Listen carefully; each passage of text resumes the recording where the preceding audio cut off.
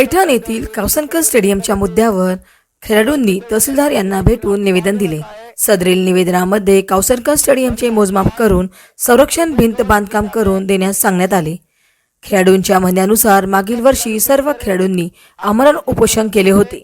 त्यावेळेस खेळाडूंना लेखी आश्वासन देऊन मागण्या पूर्ण करणार असल्याचं सांगण्यात आले होते व संबंधित स्टेडियमची मोजमाप करून संरक्षण भिंत बांधकाम करून देण्यात येईल असेही सांगण्यात आले होते।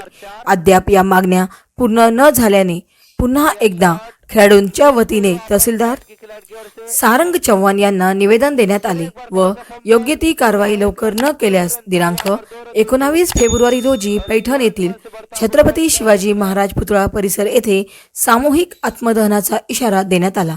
सदरील निवेदनावर विजय सुते, कपिल कौसनकर, निसार बागवान, राजेंद्र पातकळ, विजय गव्हाणे, शिवनाथ शिंदे, सचिन गवळी, किशोर शिंदे, श्याम कबाडी, अक्षय ससाने, निखिल पापुलवार, सुधाकर सुलताने, श्रीकांत वाघमारे, असलम पठाण, अजय परळकर, आदित्य गायकवाड, अर्शद पठाण आदी सह इतर खेळाडूंच्या स्वाक्षरी आहेत।